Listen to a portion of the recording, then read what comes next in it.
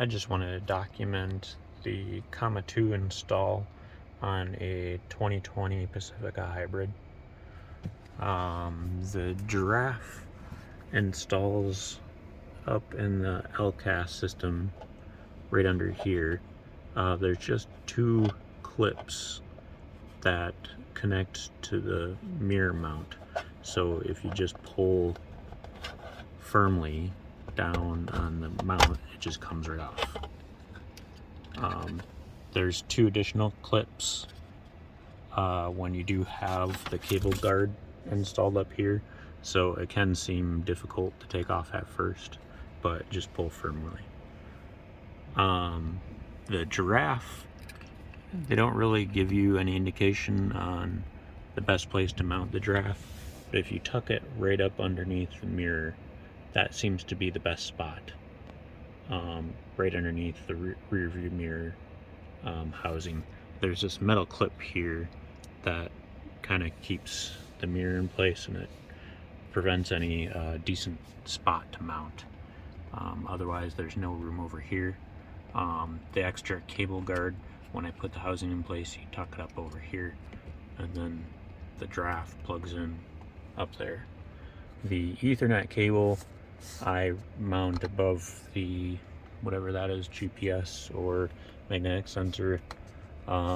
It's kind of a tight fit with the stock cable because when you tuck it up the headliner and then around the airbag and through the door seals, it just barely reaches the CAN cable. It could probably use Ethernet cable that's about a foot longer, and then you can tuck it up under this thing and it would be a clean install, but right now it barely reaches. The USB-C cable, I have the common device mounted about an inch or two below the LCAS system, and the stock USB-C cable barely reaches to power the common device.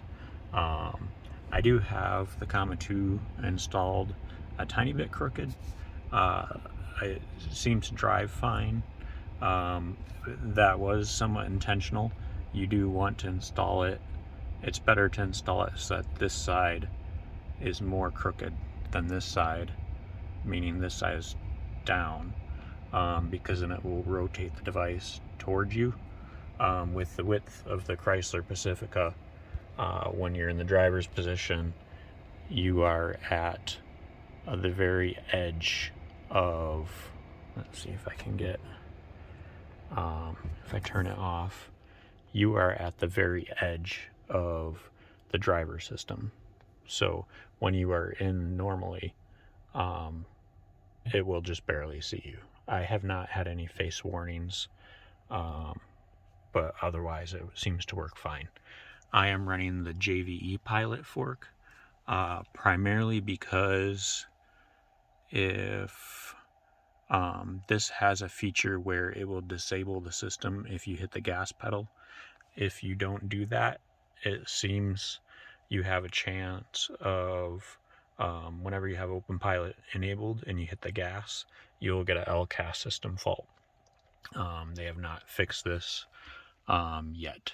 So the JVE Pilot fork fixes that by just disabling OpenPilot anytime you hit the gas. All right, thanks, bye.